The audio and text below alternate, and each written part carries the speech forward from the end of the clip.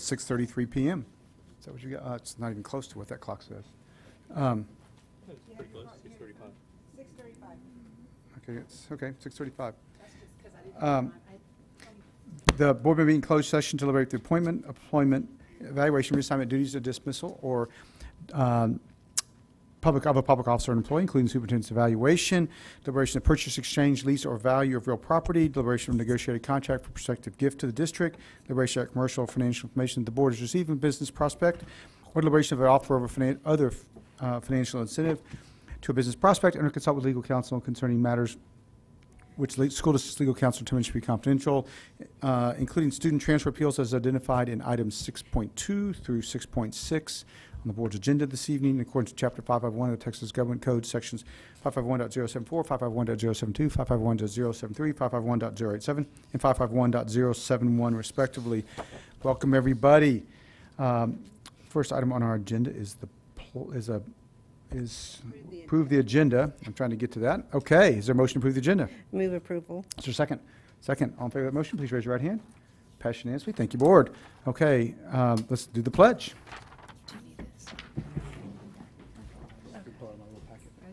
I pledge allegiance to the flag of the United States of America and to the republic for which it stands, one nation, under God, indivisible, with liberty and justice for all. Honor the Texas flag. I pledge allegiance to thee, Texas, one state, under God, one and indivisible. Okay, thank you, folks. Okay, we're going to now move to the first item on the agenda. Is going to be the approval. It's actually the fourth item on the agenda, but for substantive is the proposed tax rate for purpose of inclusion in a notice that goes out related to the public hearing. And so, Dr. Christopherson, you want to kick off where you all are on this? Yes, sir. Mr. President and trustees of the board, tonight you are scheduled to take action to approve the newspaper publication for the proposed AISD tax rate and budget for the 2013 fiscal year and the date for a public hearing, which is scheduled for August 28th. Over the past year, the board has held numerous discussions about whether or when the district should seek voter approval for an increase in the district's tax rate for maintenance and operations. The board has considered holding a tax ratification election, or TRE, in November 2012 or either June or November 2013. As a reminder, on June 20th, the board approved an expenditure budget for fiscal year 2013 that included an allotment to provide a one-time compensation adjustment to provide the equivalent of a 3% increase for all regular employees at a cost of approximately $14.2 million. This one-time compensation adjustment will be funded out of the district reserves. We know that our reserves cannot continue to fund this type of recurring expense indefinitely. We need to have a sustainable revenue source, and it should be considered sooner rather than later. We will continue to implement cost-cutting expenditure controls and revenue enhancements that have been initiated over the past few years in order to minimize the draw on our reserves. But these controls will not fully offset the cost of the one-time compensation adjustment. We know that we will need a recurring revenue stream in order to fund a permanent salary increase or any other new initiatives, which means that the district will likely need to go for a tax ratification election in the year 2013. Especially if November 2012 is no longer an option. Mr. President, trustees, the proposed tax rate before you this evening for the fiscal year 2013 timeframe is unchanged from the current 2012 tax rate of 1.079 per $100 value for maintenance and operations and 0.163 per $100 value for the debt service fund. With board approval, a notice of public hearing will be published on August 9th, 2012, advising the public of a hearing on the budget and the proposed tax rate on August 28th, 2012. As we prepare the preliminary budget for fiscal year 2014, we will assume such a permanent funding stream in our budget estimates. The board will have the option, as part of its budget development process, to determine whether a TRE is necessary to provide this permanent funding stream, since the district reserves will be insufficient to continue covering these expenses indefinitely. Mr. President, trustees, the action is before you to approve the August 9th publication of the proposed tax rate for fiscal year 2013 and the date of the public hearing for August 28th. Okay, I will entertain a motion. Thank you, Dr. Steffen. Ms. Moya. Thank you. Move approval of publication of a proposed FY 2013 tax rate of $1.079 per $100 value for maintenance and operations, and a tax rate of 0.163 per $100 value for the debt service fund, to be published in the notice of public hearing on August 9, 2012, advising the public of a hearing on the budget and proposed tax rate on August 28, 2012. Okay, thank you, Ms. Moya. Is there a second? Second. Mr. Snyder, is that a second? So whoever wants to second it. Did I get a second? Who's I will gonna second? second it, but I would like to have just a Well, little I'm going to bit. open up for Okay. discussion. Yes. Okay, so second, Mr. Snyder. Discussion. Mr. Snyder. Dr. Scharfen, in your comments, you seem to have indicated that we need to consider revenue streams past the current year that we're going to be approving here at the end of the month. And I would just like to emphasize that, you know, we do have a legislative session coming up, as well as court rulings that will come down at some point in time, where we don't know exactly what the landscape is. And I think that to suggest that a TRE is the only way out of this, which at least is what I heard from your comments, is a little bit premature. So certainly one of the options that may be out there, but you know, I think that we need to be fully aware of what the ledge and the courts are going to tell us our framework is before we start talking about absolutely having to implement a TRE. Dr. Stark. Mr. President, trustees of the board, trustee Schneider, in my comments, I don't recall saying that this was the only revenue stream we should consider. As a matter of fact, I think there are multiple streams that, under the CFO's guidance, both for cost-cutting reductions and other revenue streams and ways to generate resources, including some of the grant opportunities at the federal and state level that we think will be appropriate or aligned to AISD. It won't be the sole solution, but we do have a multi-pronged approach to trying to address this. And no, I don't think the TRE is the only option, but we do know that if we don't do something, there is not enough money in our budget to continue with the compensation adjustment that we are doing currently as a one-time effort. So if we want to have a conversation about human capital, how to support our staff, we're seriously going to have to find ways to fund this. And we'll have to make a decision at the right time. But I just want to be clear on behalf of the administration, we are exploring all those approaches. And at least as far as the administration is concerned, we are talking very aggressively about not only what is on the horizon for the legislative session, which is, I agree, going to be quite sobering, and also, you know, the impact of that court ruling. So we have time to discuss and figure this out.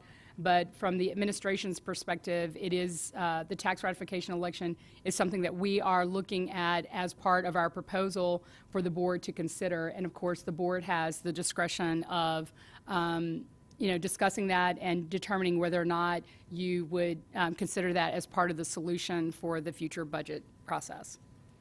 Okay, thank you. Other questions or comments? Mr. Torres. Mr. Williams, we're going to be taking some action on a number of items starting tonight.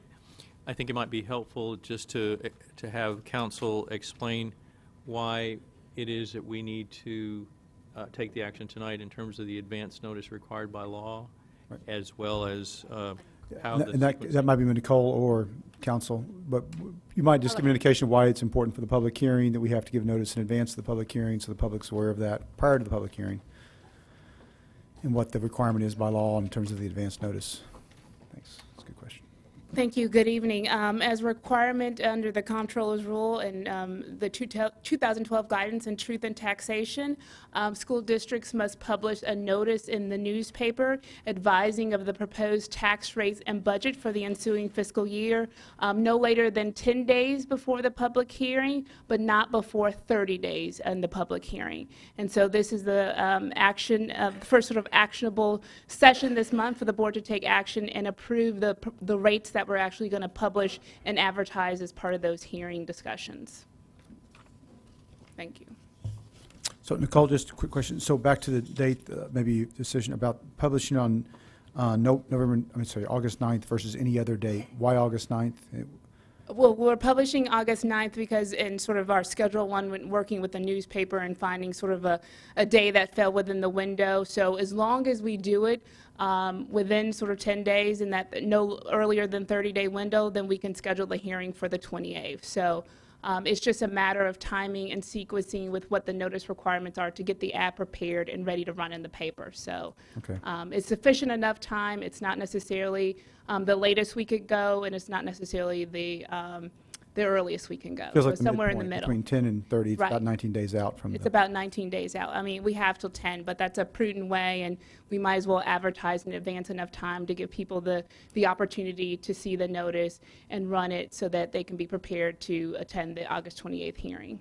And I suspect that with news coverage today, if somebody covers this, they'll know the board took action, and they'll be able to see the rate at which we're publishing, which is the rate we're currently at, which would preclude us from any tax rate increase for this upcoming Correct. year, which is what we've basically decided on. And I would think is the appropriate action is no tax increase this year. And so I think that's basically where we'll shake out.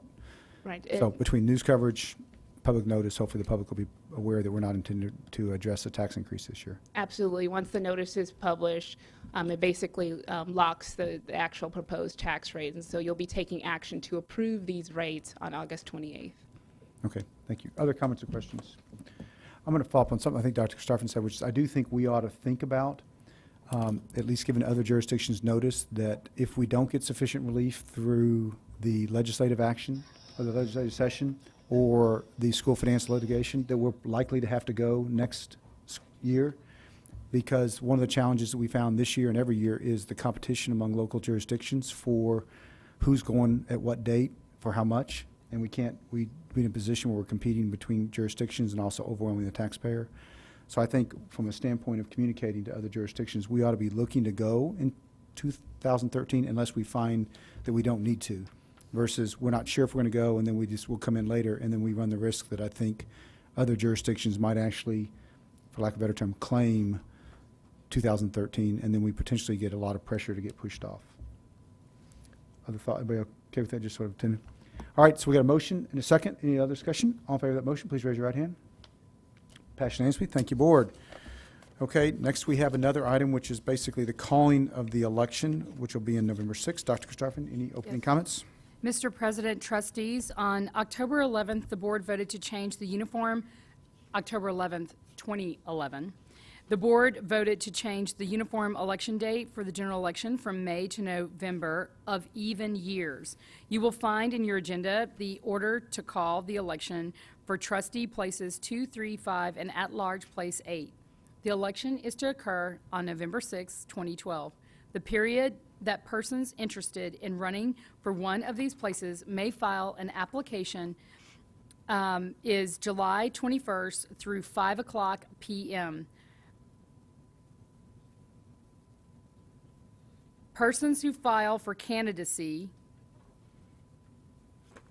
will be provided materials regarding the election procedures.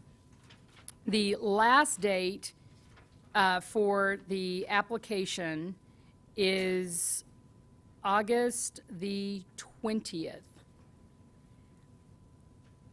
The district will host an orientation session for all candidates in September. The early voting period will commence October 22nd and run through November 2nd, 2012.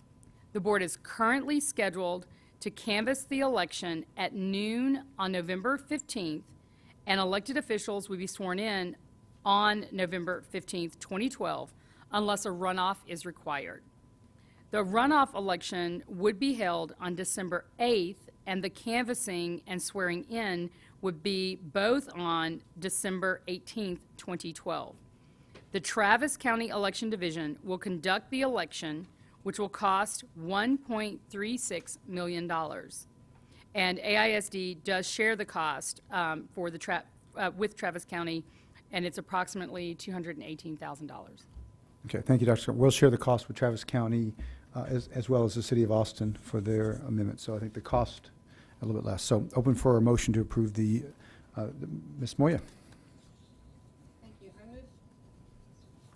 I move we adopt the order calling the general election for trustee districts 2, 3, and 5 and at-large position 8 on November 6, 2012. Thank you. Is there a second? Second. Second. Discussion. Mr. Torres. Dr. Sarpin, you mentioned a number of dates in your introduction. Those dates weren't in the agenda item.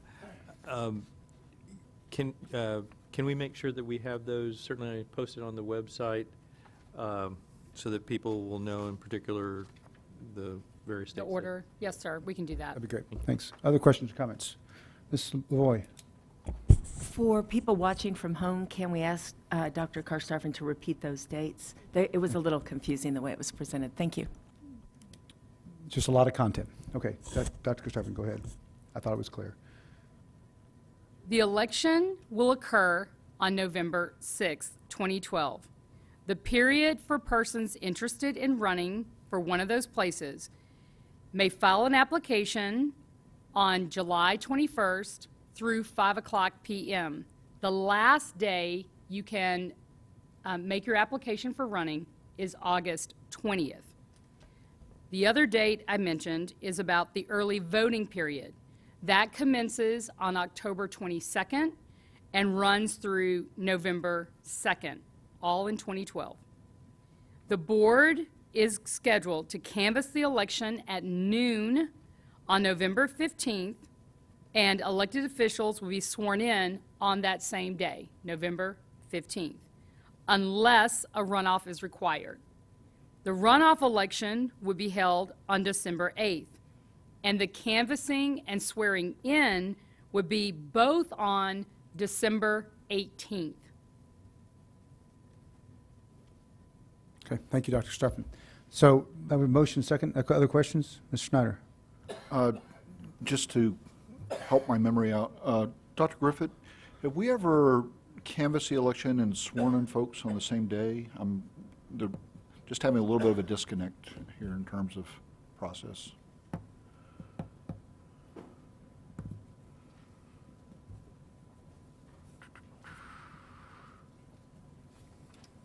Mr. Schneider, I believe we have, but I would need to check the record for sure. Okay.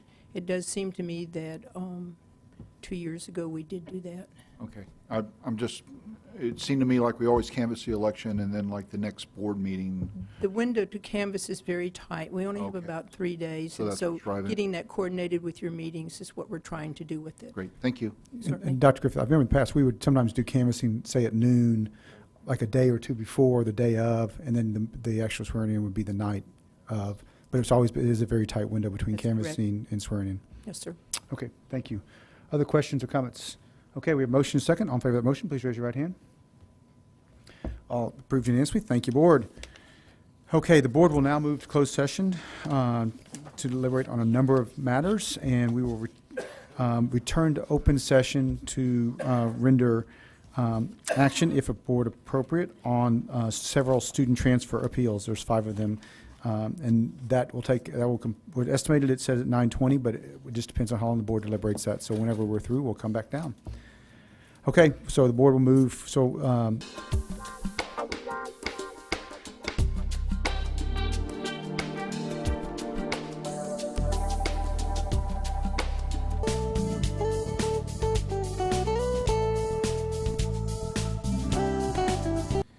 at 8:10, what's that clock say?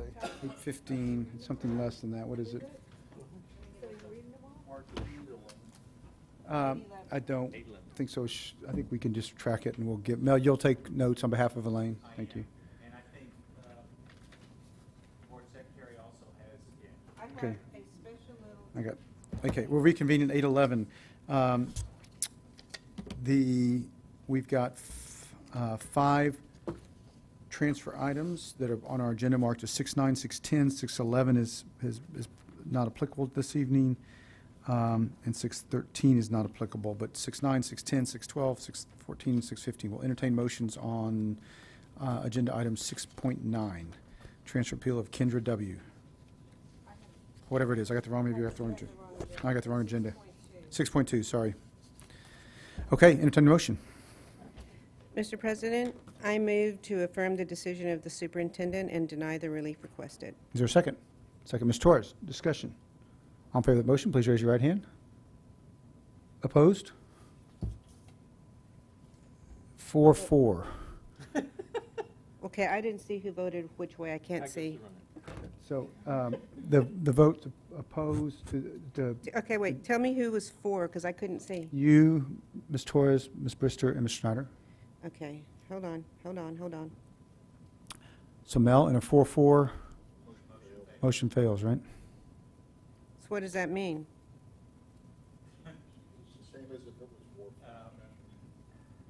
Right. What did you say? No, it doesn't. It means that the transfer goes through? Yes. Okay.